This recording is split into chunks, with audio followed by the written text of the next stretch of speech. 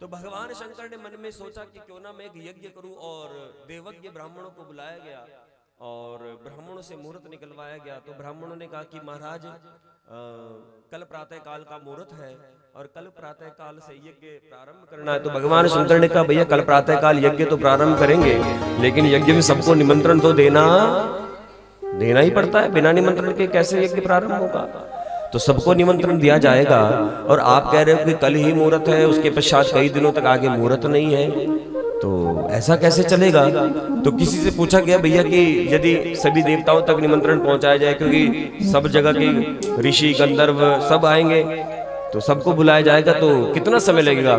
तो एक व्यक्ति कहने लगा, कहले महाराज भोलेनाथ कम से कम 1 साल तो लग जाएगा। भैया 1 साल तो निमंत्रण देने, अब इतना बड़ा छोटा मोटा यज्ञ तो है नहीं, इतना बड़ा यज्ञ है, तो उसके लिए 1 साल तो कम से कम निमंत्रण देने में लग जाएगा।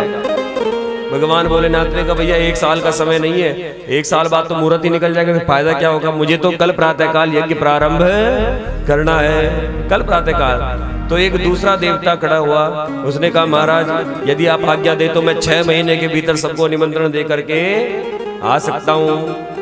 तीसरा खड़ा हो, उसने कहा महाराज ये 6 महीने की बात करता, मैं 3 महीने के भीतर सबको निमंत्रण दे करके आ सकता हूँ, और मैं जिसके घर जाऊंगा ना वहां कहीं बैठ करके पानी भी नहीं पीऊंगा, चाय भी नहीं पीऊंगा, दूध भी नहीं पीऊंगा, बस जा करके सीधा कार्ड दिया और वापस हो जाऊंगा। इस तरह से मैं 3 महीने में निमंत्रण दे दूंगा। भगवान भोलेनाथ ने कहा आपने शायद सुना नहीं कि कल प्रातःकाल यज्ञ प्रारंभ करना है, आप 3 महीने की बात सोच रहे हो, ऐसा कैसे हो सकता है। तो उसी सभा में भगवान गणेश खड़े थे। भगवान गणेश ने कहा भोलेनाथ मैं मात्र कुछ ही समय में सबको निमंत्रण दे सकता हूँ, कुछ ही समय में सबको निमंत्रण। कह ले हाँ भोलेनाथ कैसे, कह ले वो सब मुझ पर छोड़ दो। और भगवान भोलेनाथ ने कहा भोलेनाथ आप अपने आसन पर विराजमान हो जाइए। भगवान गणेश ने भगवान भोलेनाथ की पूजा की और पूजा करने के पश्चात भगवान गणेश भगवान शंकर की परिक्रमा लेना प्रारंभ करते हैं।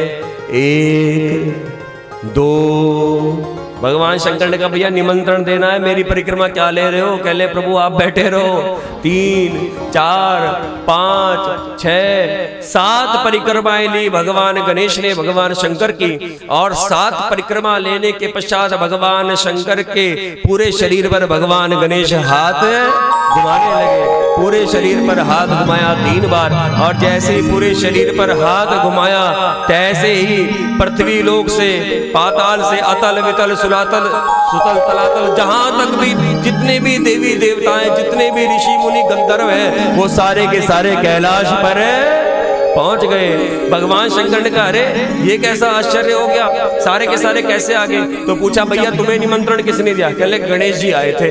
अच्छा तुम्हें किसने दिया। कहले गणेश जी आए थे। तुम्हें किसने दिया। कहले गणेश जी। अरे गणेश तो मेरे सामने खड़ा है, फिर तुम्हारे यहाँ निमंत्रण देने कब चला गया। कहले पता नहीं प्रभु, हमारे घर तो गणेश ही कहने आया था।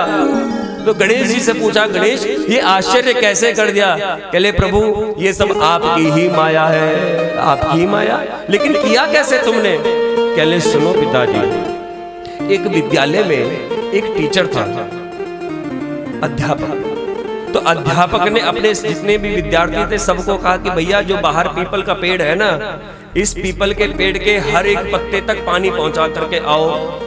और क्या हुआ, सारे के सारे बच्चे उठे क्लास से और बाहर निकले, और बाहर निकल करके पानी की बाल्टियां ली और एक एक पत्ते तक पानी पहुंचाने लगे, एक एक पत्ते पर पानी पहुंचाने लगे।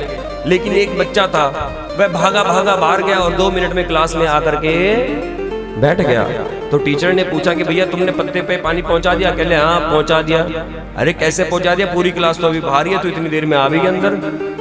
कहले कि गुरुदेव वो हर एक पत्ते तक पानी पहुंचा रहे हैं, लेकिन मैंने पत्ते तक पानी पहुंचाने के लिए उसकी जड़ में पानी पहुंचा दिया, तो पत्ते तक पानी पहुंच गया।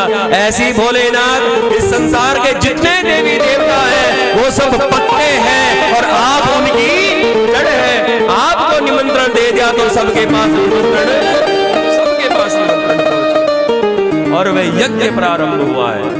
भगवान गणेश को ऐसे ही नहीं कहते बुद्धि के दाता, ये बुद्धि के दाता है। 2 मिनट में सबके पास निमंत्रण, 2 मिनट में।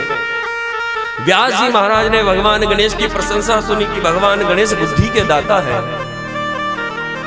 तो व्यास जी महाराज